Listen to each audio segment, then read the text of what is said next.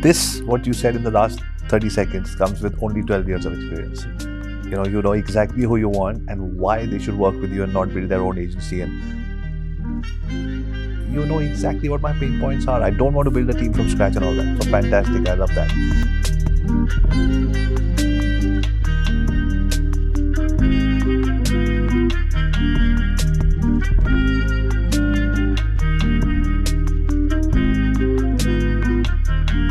I want to make a lot of money and I want to be in the agency field. So is there a particular micro niche in the agency world that you feel is more profitable than the others?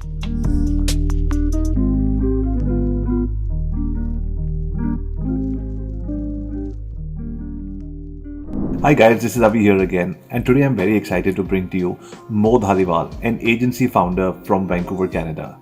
He runs Skyrocket, a beautiful agency in the heart of Vancouver with an awesome team and a great office location. He's got some amazing clients and I love the philosophy on his website. One of the things says, branding is a spiritual exercise. You must check out that article. But after you watch this entire episode, where we spoke about how he does sales and brings in the big clients, how he works with a team in his office and remote, how he navigated COVID, and all of those things that you as an agency owner need to know and learn from. An inspiring agency founder, Mo Dhaliwal, for you ladies and gentlemen. I have divided this episode into two parts. This is part one. Please go through all the answers that he gave till the very end and comment and let me know what is it that you loved the most. And don't forget to watch episode number 2. Presenting Mo Dhaliwal from Skyrocket. Have fun. So exactly how many years of running the agency again?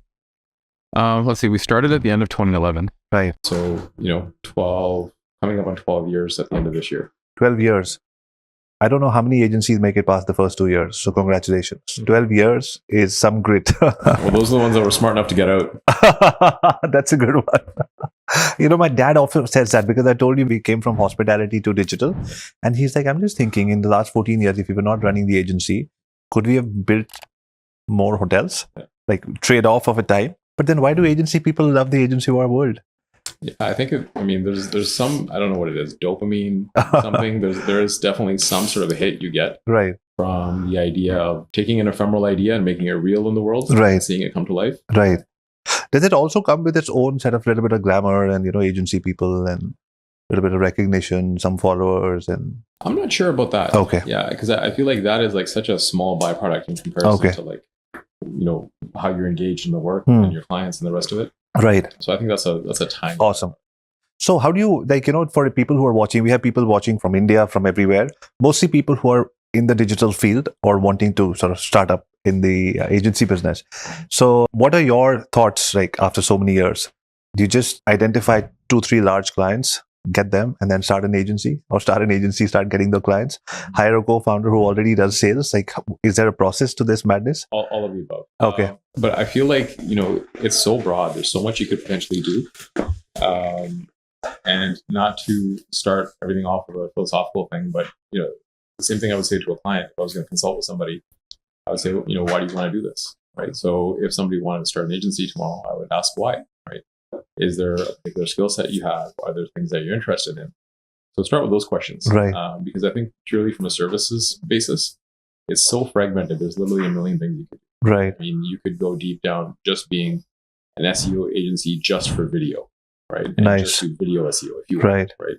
You could be a consultant that does nothing else but cobble together artificial intelligence tools and help companies integrate those, right? So I think it starts with, why do you want to do this work? Because it is service-based work. And then beyond that, what are your special skills and interests, right? And wherever those two things overlap, I think you'll find. Lovely. But what if the question was from mostly the young audiences that write in the comments, I want to make a lot of money and I want to be in the agency field. So is there a particular micro niche in the agency world that you feel is more profitable than the others? Then I think it really tends to be things that are bleeding edge and perhaps only the largest brands in the world can afford, right? So I think, for a period of time, spinning up some sort of, AR, VR, metaverse agency and consultancy, I think there was definitely money in that. Right. Because it's a connection between an unknown field right? So there's not a lot of comparison to be done. Sure. Right? So nobody knows whether you're an expert or not. Right. The Right. whole field is about 45 Sure. days old. Right. And secondly, people that are willing to pay for that, tended to be larger brands that were, Right. had experimental budgets. Right. So I think if you're on the bleeding edge of something like that and you have clientele that's willing to pay, I think that is one place. And then the other place would be to identify something that is a high margin activity that you can productize and do for everybody, right? And it's something actually I was just talking with my team about a couple days ago of, that paradox between, do you want to do everything for a few clients, Right. or do you want to do one thing for every client? And what was the answer? For us, it's the former. Okay. Right? We like working with, a dozen, maybe half a dozen, like really key engagements. They're deep, long relationships. And we're providing a lot of guidance throughout that, right? So there's some work we can do. There's a lot of work we can't do. But throughout it all, we're being a real strategic partner and a co-pilot for our clients, right? But if somebody came into it and just said, hey, I just want to make a lot of money and I want to work an agency, I would say go the other way and productize it so that there's something really key, really specific that is in demand, and you can just sell it on repeat to everybody on some sort of recurring revenue stream. Got it. So I like this word, which is often used in our sort of ecosystem, which is productize your service, right? Is it a myth, or is it possible, or is it like 80% possible, 50%? What's your thought on that? No, it's entirely possible. Okay. And it goes both ways. Right. Like I remember years ago, I was working with somebody in an automotive space, and something, in automotive, a lot of things are very, very commoditized, right? So when you're going to get your windshield replaced, right, who cares? Right? Sure. There's no difference in the windshield that one guy's going to sell you versus another, because there's regulations and certifications, all the rest of it, right? The windshield is going to do the thing it's supposed to do, right? So what differentiates the companies, right? Suddenly the windshield company is actually a service business, right? Because that's the only thing that nice, right? Because it's not the product, right? Similarly with or Drake is using this windshield and looks cooler on his car, and it's slightly tinted, it's blue. Experiential, yeah, sure. But that becomes a service business, sure, because that's the only thing that's going to set you apart, right? So similarly on the service side, if you can bring a high level of consistency and predictability to what you're providing, it very much starts looking like a product, right? Because then somebody's going to look at the package of things that you're providing, interesting, and compare that to the packages, the suite of services that somebody else might provide. Right, I like that. That's a bulb-on moment for me. I like that. So do you think that an agency field, when you strategize, because earlier on when we were having a conversation, you said you strategize a lot for your clients, you help them think through problems which, they might not have been able to do themselves. Is there a separate value to that in terms of monetary dollars you bill separately, or can you bill separately? Or do you think that is the value that you bring to otherwise less understood services like SEO and social media and all of that? No, I think for our work, most of the value is in that, right? It's actually in helping clients solve problems, in helping clients understand where they want to go and how to get there. Because for the nature of work that we do, we're highly consultative and we're highly strategic.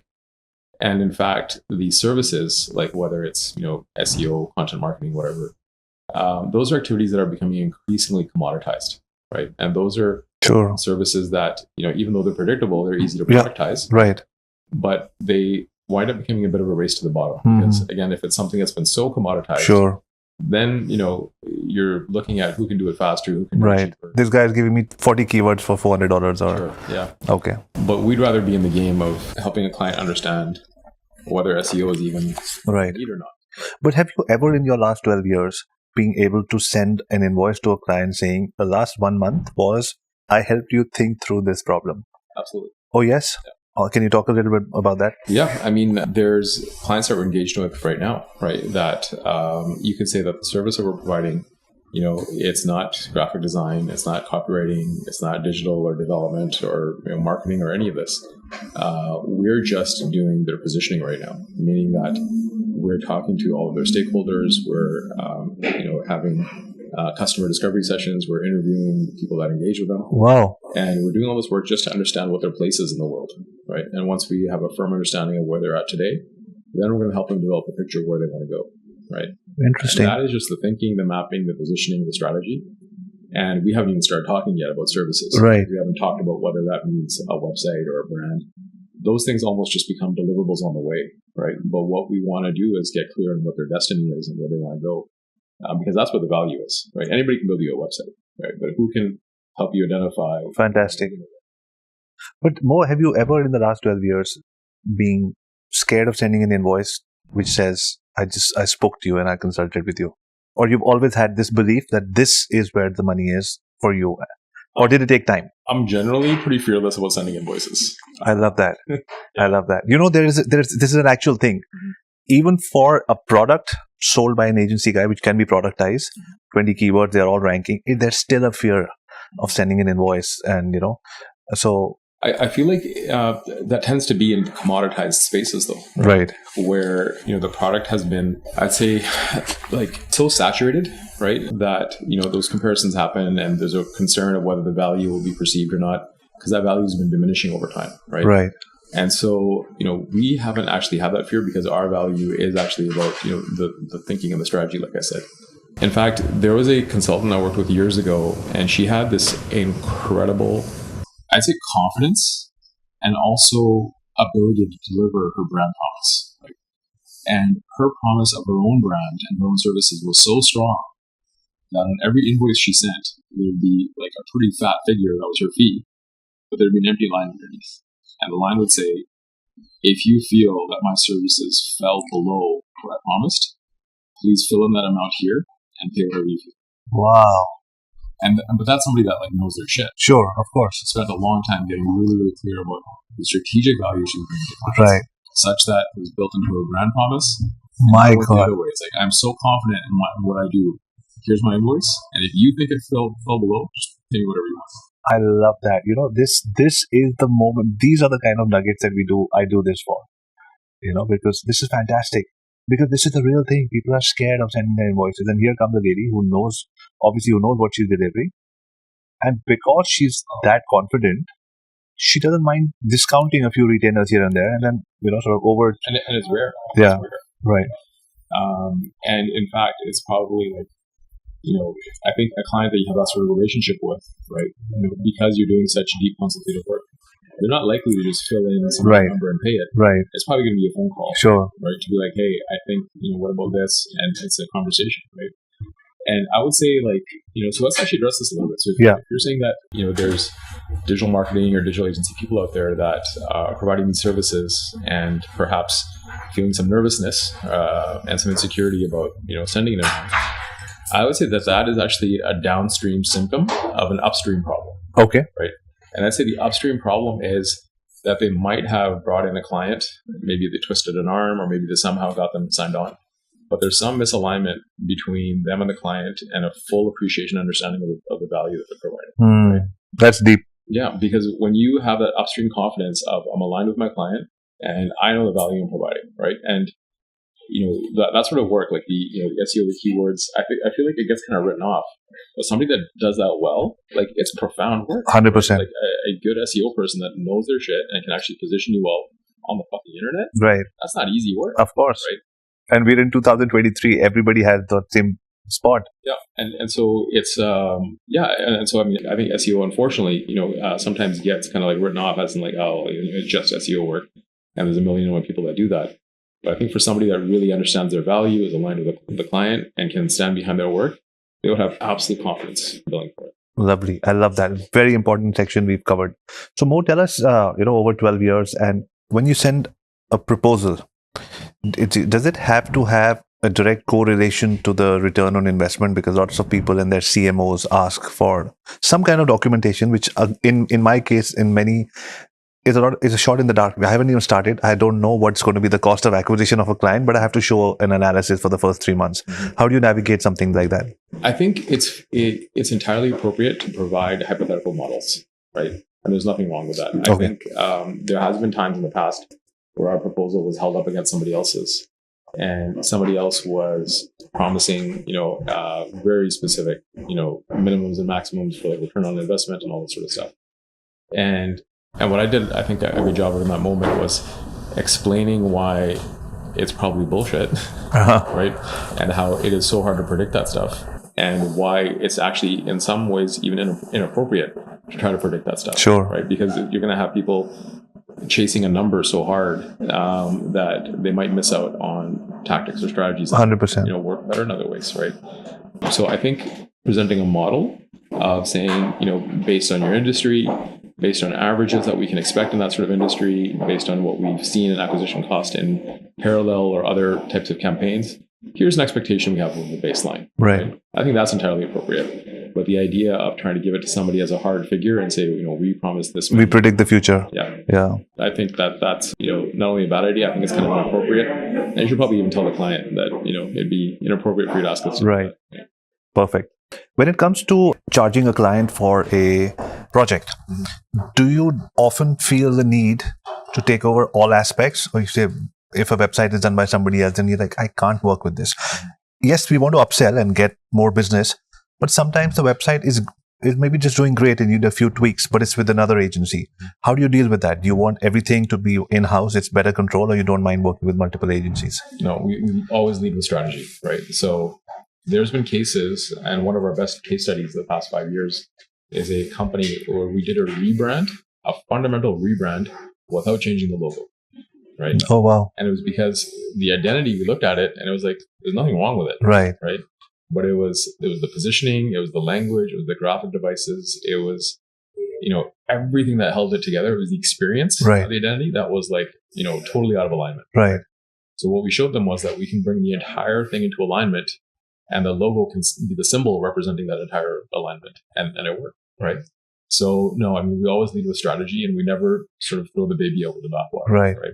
If we get an engagement where we get to do everything from the ground up, fantastic. But we also do a lot of transformation projects, right? So we work with clients that have been in the market for 15, 20 years.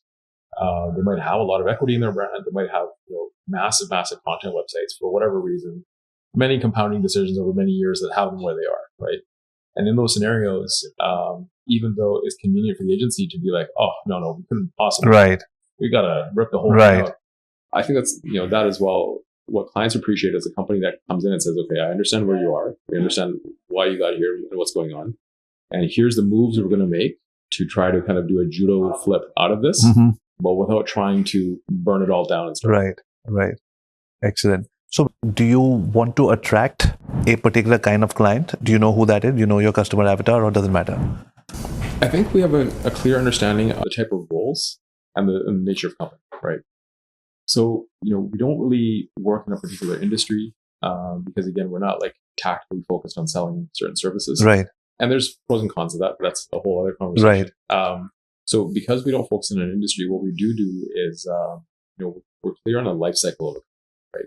So we'll work with some startups that, are funded, have been in the market, they have some validation. Startups that are funded, I like that. Yeah. They should have the money to spend with you. Absolutely. Yeah. Right. And it tends to be startups that, have been around 1 to 3 years, and they have enough validation that now they're ready to scale, right? A startup that's ready to scale and, has an appreciation for what we provide and understands that they need their materials refreshed, they need their experience refreshed, they need to drive more ads. That's great, right? We can actually hook in there, and there's value we provide. And then the other side is actually very mature enterprises, late stage companies that might be feeling like either their brand has drifted or has some new opportunities that they're not really taking advantage of, and they need to undergo some sort of broad transformation to bring new relevance to the market to reconnect with their audiences, right?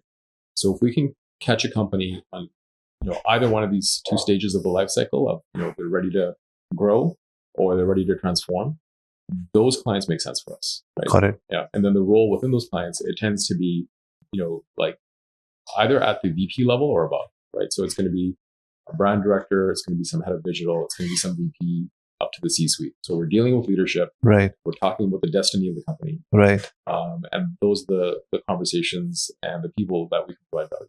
So I like what you said, it doesn't have to be like, I've been running a niche agency for so long. It's very small, but still very big.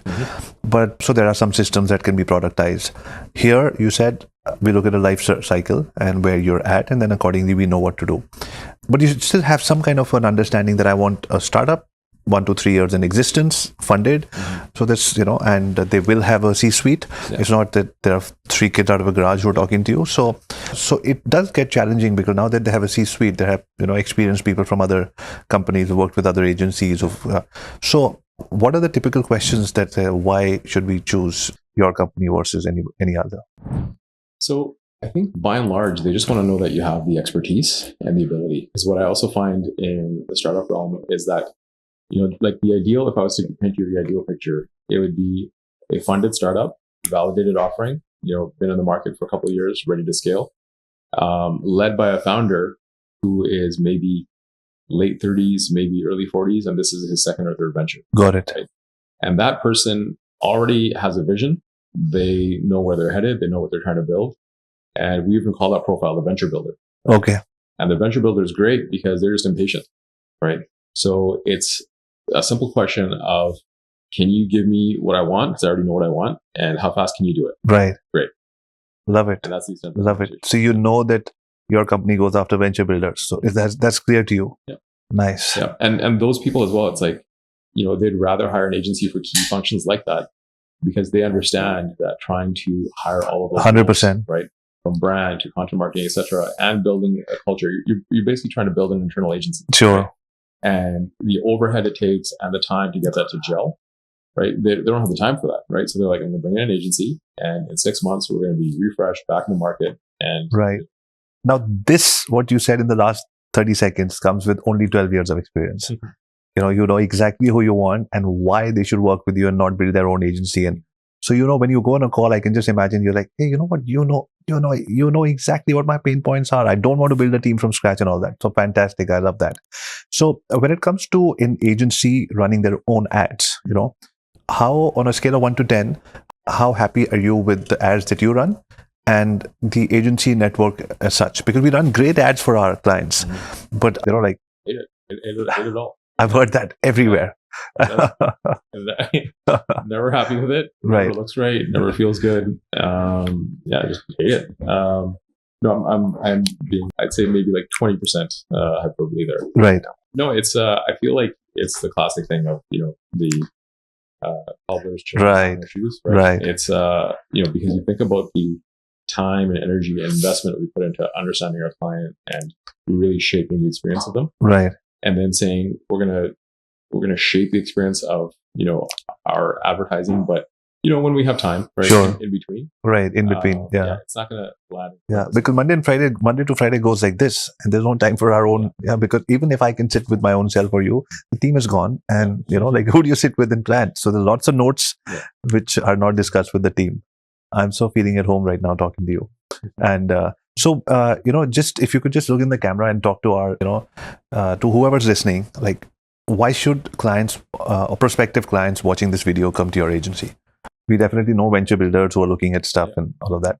Yeah, I would say a prospective client should come to Skyrocket if they're looking for a committed partner that is quick and nimble at learning and can use experimentation to find new opportunities for growing the brand. That's been our history, and that continues to be what we do really well. But we have a deep commitment, we're really agile, we're very nimble, and we uncover opportunities where I think a lot of companies that are just there to sell services will sell you the services, but we'll find the opportunities that are going to create impact. Lovely. In your experience of working for so many years, have you seen that how much can you be off running the day-to-day operations, or it's impossible? The 12-member team, 12 years in knowing your market very well. Yeah, I think I'm pretty good in that regard, actually. Our team is quite empowered, quite self-sufficient. How does that happen? I think you need some amount of empowerment and a fair degree of laziness. I like that. So I think there's a lot that I just don't want to know, I don't want to get involved with, and I'm more than happy with. Right. Almost to a fault. If somebody is good in their field and they start taking over a certain area, almost to a fault, I will check out so brutally that I will just never ever look, pay attention, even care. Lovely. I love that. Because you have somebody effective, sure, trusted that's doing that work, right? But where I do wind up, getting involved is more. I think it's more aligned with my own sort of instincts and my own interests, right? So I will kind of parachute in.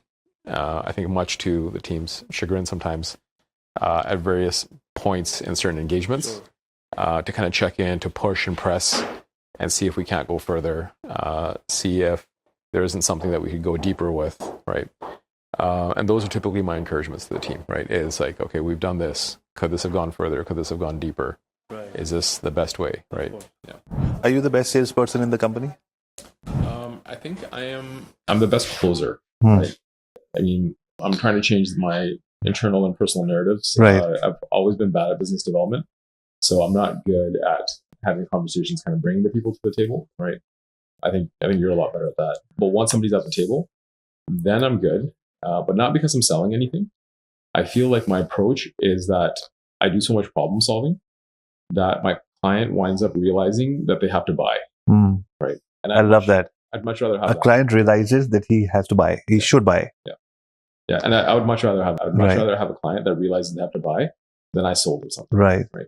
That's fantastic. And your whole demeanor is so calm and everything. Is it always like that, or it's No. I would say I'm told that apparently I just realized this recently. I thought I'd be like, I'm very stoic and I have a poker face, but apparently people can realize when I'm in a bad mood. really? I had no idea. Just learned that recently. No, I think for the most part I show up like this. Right. So awesome. I'm loving this conversation, and I'm sure all of you people. So don't wait for the interview to finish. Start dropping in your comments right now on what have been your biggest bulb-on moments. And if there are other questions that you would like us to ask him, what should be those questions that we forgot to ask this time, or maybe we can ask, sometime in the future. To drop in your questions and your comments and your bulb-on moments. Guys, how did you like that interview? I loved it.